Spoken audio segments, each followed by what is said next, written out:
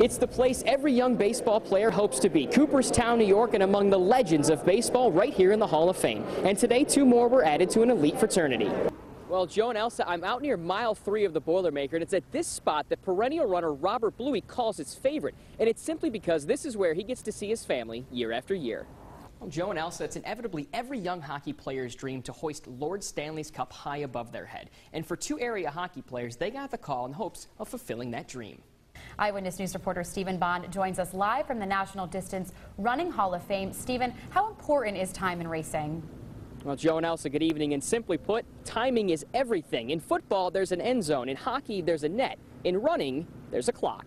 Welcome back to the Fever. Tonight, Utica College got what is arguably their biggest win in maybe the past 5 years tonight, defeating the #2 team in the nation, SUNY Oswego. Mike, a huge win. Fred, Coach Gary Heenan has preached all year long about the depth of this team. How did that help the Pioneers tonight? It helped a lot.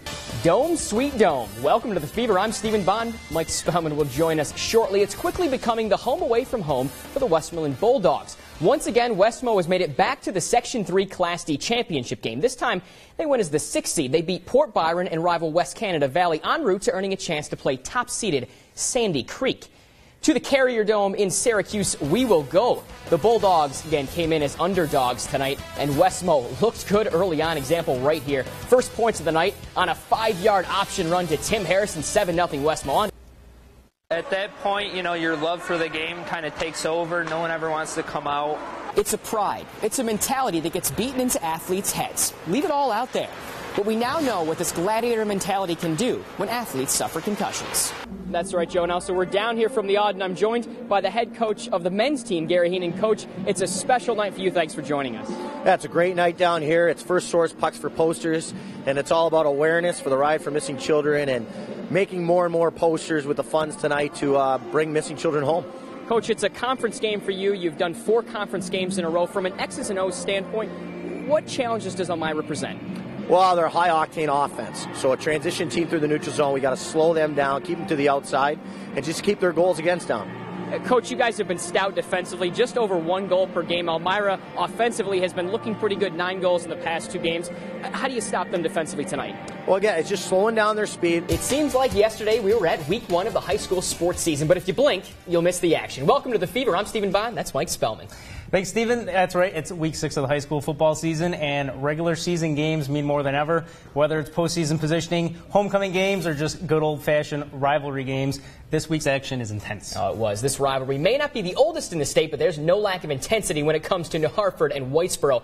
They met on the gridiron tonight. Let's take you there right now. It was Whitesboro's homecoming tonight. For years now, big hits in athletics have drawn cheers from fans, respect from teammates, and even praise from coaches. But what is the ultimate price athletes are paying for these big hits? What are the repercussions of concussions? Welcome back to the Fever. In the sport of tennis, you're on an island, just you and your opponent. And at times, when you're battling cancer, it can seem as if it's just you and the disease. But the New Hartford girls tennis team is making sure anyone fighting breast cancer knows they have a team behind them.